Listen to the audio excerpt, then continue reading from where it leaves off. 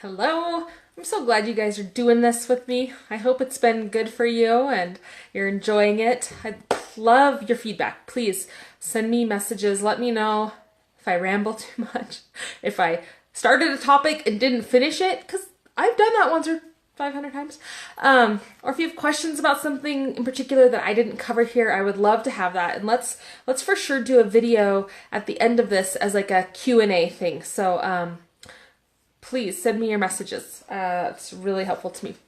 I want to talk today about finding your people, finding your cheerleaders, helping your kids feel like they're not the only ones at homeschool. We had that situation at one time. We lived on campus, and in the housing area that you lived in, you had to have at least 2 kids to live there. So there was a lot of kids that lived there, right? And we were the only homeschoolers, and my kids felt really alone. We were part of a homeschool group. It was the only homeschool group that I was aware of in that area. And it was good, but people tended to just hook up with their friends from their church and do stuff together the rest of the time. And we didn't have any homeschoolers in our church. So we were kind of left out of that. And I mean, we had other great friends, and now some of them are homeschooling. But, at the time, we were the only ones really, and that was difficult. But then we moved to the magical land full of homeschoolers, and it was amazing. And we got plugged into the homeschool community right away, and our kids had friends that homeschooled, and it was beautiful. Like, they didn't ask me anymore, can we go to school? Like, they saw that as the fun thing. And I didn't want to be so Debbie Downer about school, but I did want to paint them a realistic picture. Or one time we drove by the school, and Sophie was probably a kindergartner, and she's like, those kids don't get naps? I'm like, oh no, honey, they don't get naps. That cured her for a while. So, use what you can. But I found a couple things that have really helped us. And that's one, finding other homeschool friends. And that can be tricky. Finding friends is like dating, right? It's like, do we have enough in common that we're going to get along? Do our kids get along? How do you start that kind of friendship? And that's difficult. I found that what I would do a lot of times is put in some soup in the crock pot, and then we would go to an activity, and I'd be like, find somebody that I want to get to know better. I'm like, hey, you want to come over for lunch? Okay. Most moms they're not gonna say no to that, right? They don't have to cook or clean. They're like, I'm there. So they would come over, kids would play, we'd eat lunch. It worked out really well. It was a good trick. I reeled in a few friends that way. But, just being that friend. Like, we tend to, as women, sit at home and feel sorry for ourselves and not reach out. But if we're all doing that, we're never going to hang out, right? So we have to make that effort and be awkward and have that fear of rejection and just walk past it anyways and invite friends over. So, that's how we met our friends. Now, homeschool groups. Well, actually, I'm going to back up first. I want to talk about just like the media and books that you're reading. As I said before, we read a ton of books from different viewpoints. Now, when my kids are really little, I wouldn't do that. As they get older, we do that and we discuss, right? But when they're younger, I tried to filter more of what they read. And one thing that I found was really difficult was they kept reading books about school. And that wasn't helping them, right? It'd be like if you were single and you were just reading marriage books all the time, right? It just wasn't your time yet. But when you sit there and dwell on it, you just keep feeling sorry for yourself. So I don't allow my kids to feel sorry for themselves. And we don't do things that are going to help encourage them to. We found some books, and one of my books, my very favorite book, I cannot find, you guys. So it's called something like, This is my home, this is my school, or This is my house, this is my school. I'm not positive. I'll give you the info though. And it is a beautiful book, and it's a true story. And it's a kid's picture book. But it's this man who grew up being homeschooled, and it's so dreamy, you guys. Every homeschooler should own this book. It is amazing. And it just talks about a normal day, right? And it's chaos and it's messy and it's fun and it's awesome. But to help read books like that, to help your kids see themselves, right? So we hear a lot about that kind of in the race stuff, racial issues, right? That we want more movies and books with the main character being of, a minority race, right? So because we want them to see themselves as they can attain that, right? Same thing. So same thing with our homeschooling. We just want to maybe have our kid, not maybe, we want our kids to see more homeschool kids. So some movies that I like are like Duma. I love that movie. He goes to school for a minute, but he started out homeschooled, I believe. Those Nell's Island, is that right? Oh my gosh.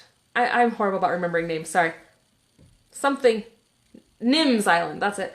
Nim's Island. So, she's homeschooled living out there. I try and look for those kinds of things, and like that's the movie I'll buy, where it's like showing this kid that's homeschooling, and or maybe even they're not homeschooled, but it's not focused on school. So there's a lot of books that we like The Seven Silly Eaters. That is one of our very favoriteest books.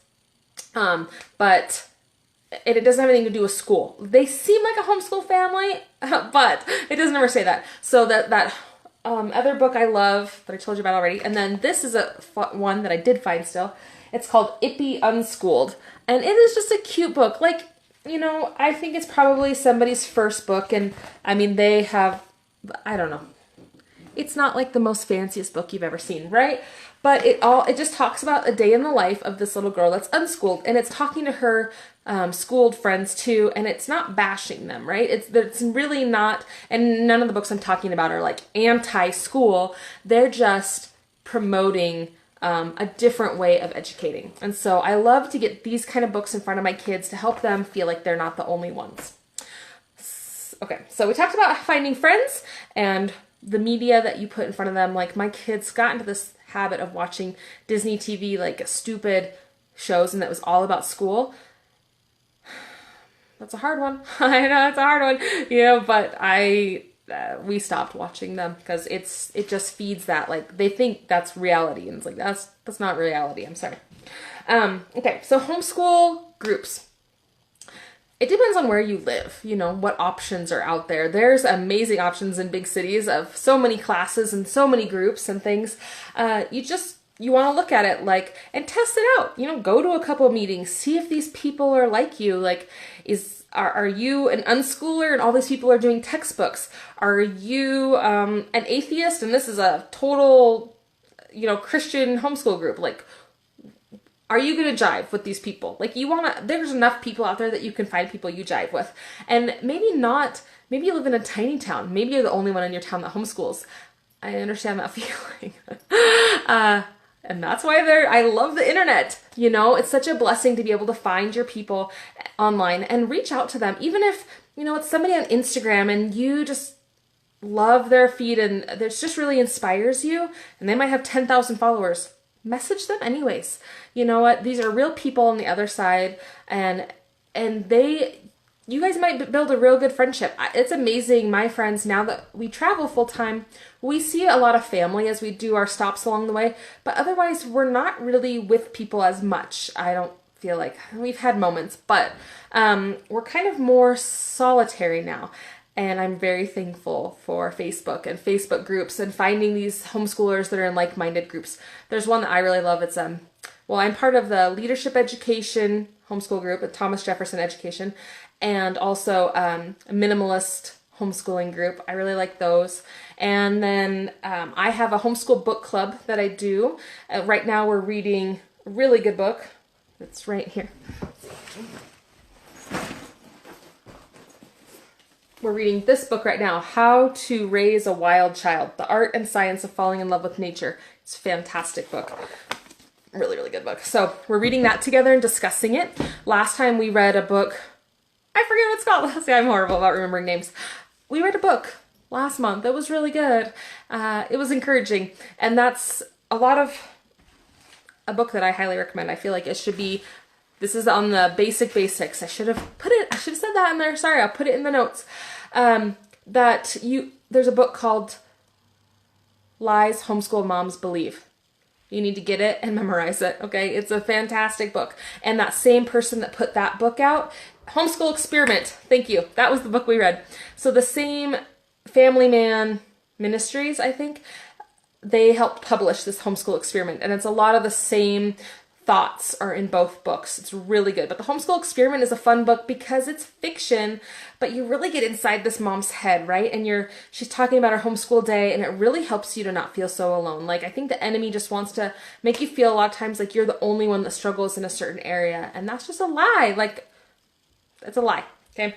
No temptation to seize you except what is common to man, but God provides a way out. So, okay, so find your homeschool groups, find them online, find them in real life. Help your kids to have other friends that are homeschooled. It is really a blessing to them to have that.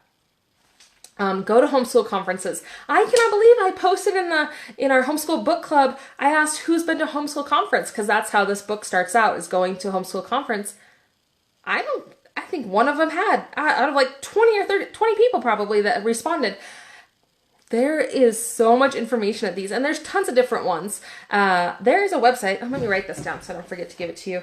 There's a website that shows all the probably not all the homeschool conferences, but all the homeschool conferences that tell them about it. And you can go to your state and find them. There's they're focused on different things. One, my kids have done HSLDA, which we talked about in the very first video. They have a program called Generation Joshua, and it's really raising up leaders for politics. Like they learn about lobbying, they learn about the whole political system.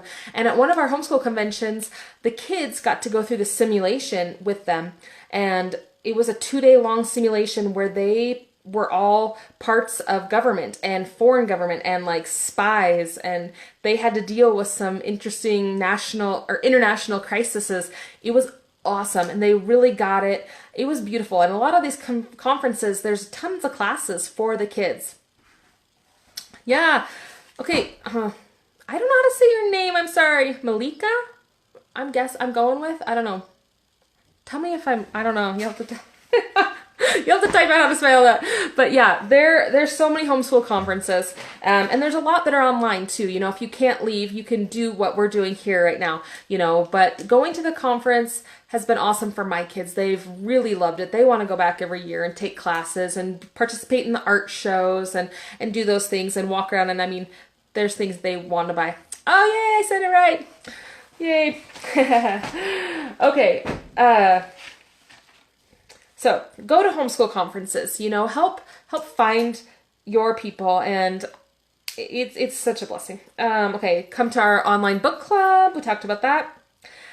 And if you live anywhere near people, and if you can't find what you're looking for, maybe you need to start it. Okay. A lot of times people are overwhelmed by that, but find a couple people to start it with you. Maybe, I had friends that did like a math and art class at their house, and we went and they just taught us this simple lesson, but it was so fun. Well, it wasn't simple. I mean, it was about triangles, and it was intense.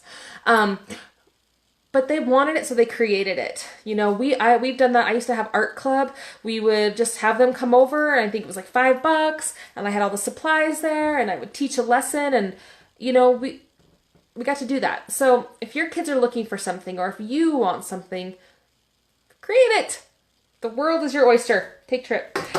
Field trips. Oh, okay. So I personally hate going on field trips with a large group because I'm a control freak and I don't like kids being naughty. So I'm going to be really honest with you guys. If you were in a class, if you were at school and if I was the teacher and I took 30 kids with me on a field trip, I could tell them the laws, the rules. If they disobeyed, I could discipline them. But when I go with a whole bunch of other homeschool moms and their kids, we don't all have the same rules, right?